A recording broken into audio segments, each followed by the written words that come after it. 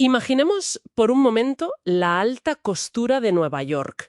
Las gradas rugiendo en un estadio de fútbol en la frontera y los mitos del antiguo inframundo azteca. A primera vista, pues parece que son dimensiones que no tienen absolutamente nada que ver. Totalmente.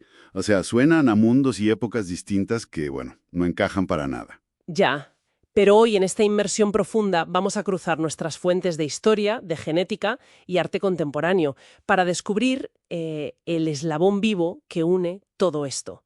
Un eslabón que respira, camina y curiosamente no tiene pelo. Es un tema fascinante.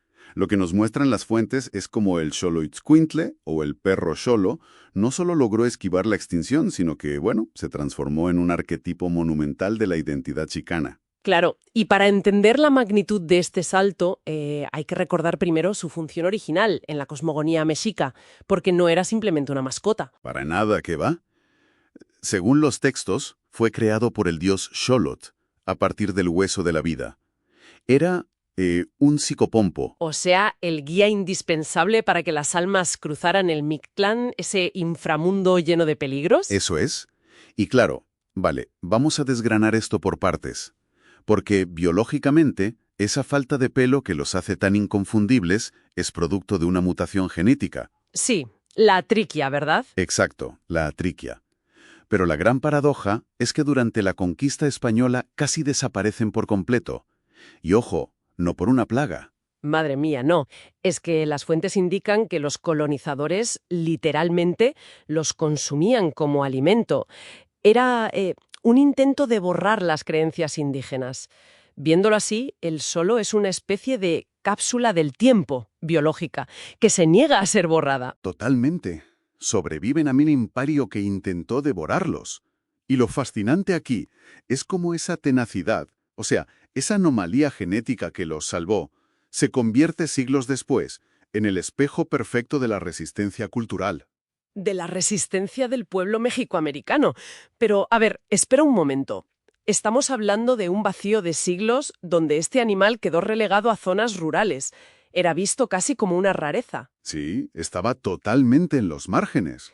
Entonces, ¿cómo da el salto de estar escondido entre las sombras a convertirse en el estandarte estético de figuras como Frida Kahlo? O, bueno, del movimiento chicano en los años 60. Porque ese salto no ocurre por arte de magia. Claro que no. Ocurre por una necesidad política muy profunda que recogen nuestras fuentes. Frida Kahlo, por ejemplo, no elige al Xolo por casualidad, lo elige específicamente para rechazar el eurocentrismo. Ya frente a los clásicos perritos falderos europeos de la época. Exacto. Posar con un Xolo era, pues, una declaración de principios anticolonial. Y luego, fíjate, el movimiento chicano toma el relevo bajo esa ideología de la Mexicayotl. Que para quienes nos escuchan y no conozcan el término es básicamente el movimiento para reclamar la raíz indígena. Y aquí es donde se pone realmente interesante la cosa. Sí, porque la Mexicayotl funciona tomando algo que los estándares de belleza occidentales calificaban como feo o deforme, y, bueno, le dan la vuelta por completo. Claro, al abrazar la triquia, esa falta de pelo, están diciendo que su belleza no necesita encajar en los cánones europeos. Es la reapropiación de un rasgo marginado. Transformar el estigma en orgullo me parece un mecanismo de rebeldía brutal. Totalmente de acuerdo. Y esa resistencia no se quedó atrapada en los años 70. Lo que indican los análisis contemporáneos es que este símbolo milenario sigue evolucionando hoy en día. Sí, porque si antes el Xolo guiaba a las almas por el inframundo azteca, hoy parece guiar a las personas a través del trauma moderno de la migración. Fíjate, si conectamos esto con el panorama general, la frontera misma se convierte en ese nuevo inframundo. Y ahí es donde entra el arte actual. Como la obra de la pintora Isis Rodríguez, ¿no? Ella utiliza la figura del Xolo para navegar ese estado de Nepantla. Exacto. Y el Nepantla es ese limbo psicológico tan agotador de no ser ni de aquí ni de allá. Estar atrapado entre dos culturas. ¡Qué fuerte! Y el Xolo es el ancla visual perfecta para ese limbo. Al ser una criatura que históricamente transita entre dos mundos, el de los vivos y el de los muertos, pues valida esa experiencia fragmentada. Eso es. Y mira la poesía de Joaquín Castillo Jr., que utiliza exactamente la misma mecánica.